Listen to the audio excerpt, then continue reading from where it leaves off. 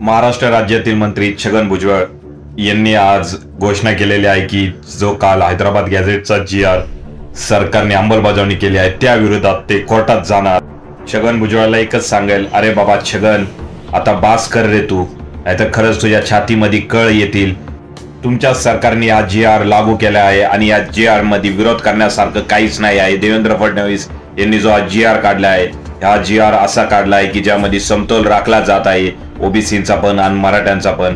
मराठा समाजामधील जे हैदराबाद गॅझेट लागू झाल्यानंतर जे मराठवाड्यातील 5 जिल्हे आहे त्या जिल्ह्यामधील ज्यांच्या नोंदी सापडतील त्यांचेच कुटुंबीय या GRचा फायदा घेऊन ओबीसी प्रमाणपत्र मिळवू शकतात। यामध्ये कुठे सरसकट ओबीसी आरक्षण भेटणार नाही आहे 5ही जिल्ह्यांना। त्यामुळे छगन भुजबळ, आता हे तुझे धंदे बंद कर मराठा द्वेष करण्याचा।